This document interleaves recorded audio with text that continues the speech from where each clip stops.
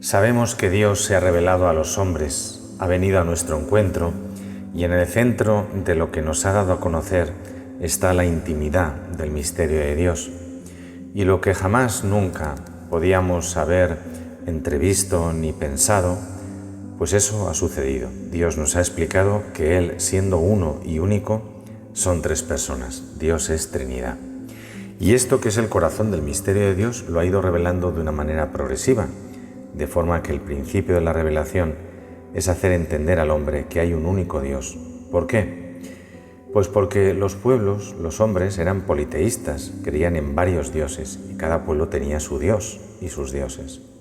En el principio de la historia de la salvación, a los hombres pecadores, Dios, ¿qué les enseña? Que no hay más que un Dios y ese Dios soy yo, Yahvé, el Señor. No hay más. Una vez que está claro esto, que hay un solo Dios, uno y único, hay que enseñar otra cosa, y es que en Dios hay tres personas. ¿Esto cómo es posible? No es nada fácil de entender. Y para hacer entender esto, el Señor ha seguido un proceso largo, que comienza en el Antiguo Testamento con distintas imágenes, y una de ellas es la sabiduría divina, que nos hace ver cómo Dios habla de la sabiduría con unos atributos que son los de Dios, pero está diciendo que una cosa es Dios y otra cosa es la sabiduría. Y la primera lectura de hoy es una de las preparaciones que Dios hace para entender cómo en Dios hay tres personas.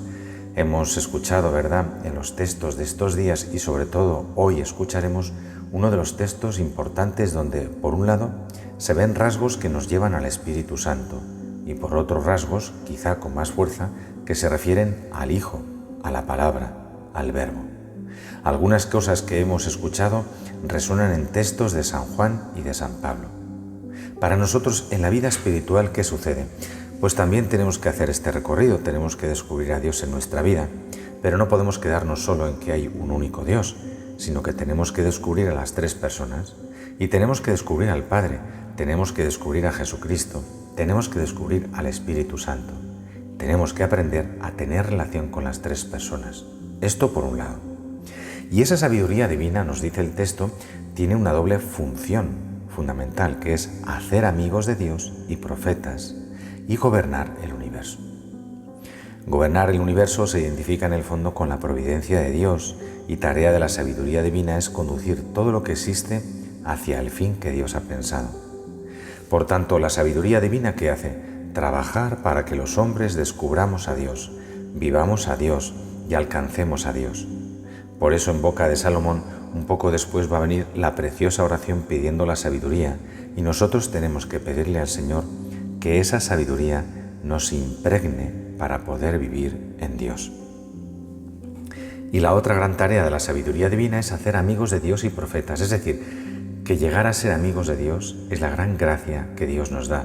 Y eso es algo que nos tiene que enseñar el Señor, tan grande como descubrimos su misterio íntimo, que en el único Dios hay tres personas. Tan grande como eso tiene que ser tu amistad con Dios, y esa amistad solo nos la puede enseñar el Señor. Tenemos que pedirle al Señor esto con mucha fe, con mucha esperanza, con mucho deseo.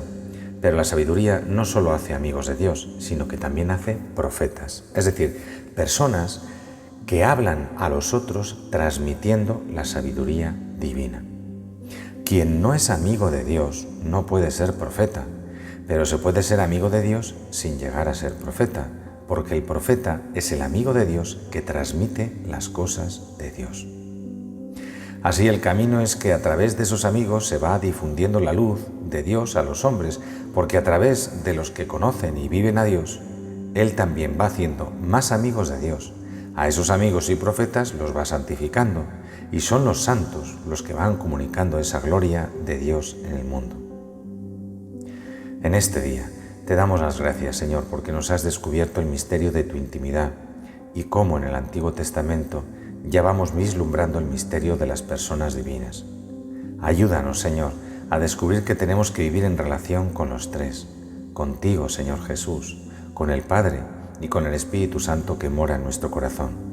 Y te pedimos también que nos hagas descubrir nuestra verdadera vocación, que es ser amigos de Dios, y ojalá también podamos llegar a ser profetas y testigos tuyos. Feliz día. Amén.